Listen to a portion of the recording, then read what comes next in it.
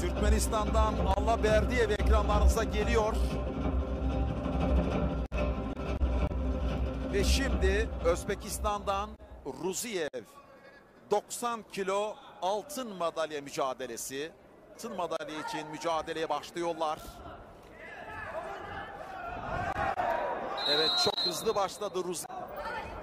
Bir puan öne geçen isim Ruziyev ve bu kez karşı hamle geliyor. Her saniyesi hareket, oyun dolu alış güreşinin. Bir kez daha Allaberdiyev'in hamlesi var. Fakat kuşaktan çözüyoruz. Türkmen burada oyuna girdi. Elini çözmüşlerde. Önemini daha da artıracak ihtarlar. Evet. Alış güreşinde 90 tutuyor. Nasıl geçecek kalan süre? Evet, karşı hamle geldi. Karşı hamle geliyor. Türkmenistan'dan Allaberdiyev ekranlarınızda 5-4'e geldi. Bir Ruziyev, bir Allaberdiyev. Alış güreşinde kuşaklardan bırakmak yok. Diğer tarafı kaldırması gerekiyordu. Sorun değil. İkinci ihtar aldı Ruziyev sevgili seyirciler. Artık Ruziyev için çok sorumlu saniyeler, sıkıntılı saniyeler başlıyor.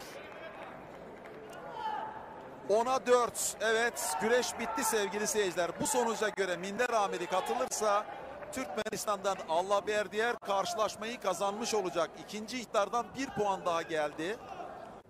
İşte burada oyuna girmiş ama karşı hamle geliyor. Tüm rakiplerini yenen Allaberdiyev'le bir altın madalya kazanıyor. 5 karşılaşma yaparak şampiyon olunuyor sevgili seyirciler. Kolay değil. İşte ekranlara geliyor. Allabyasını kazandı alış girişinde.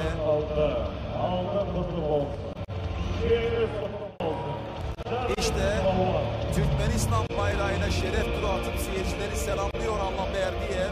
Sevgili seyirciler. Kırgızistan, Özbekistan ve Türkmenistan birer altın madalya kazandılar.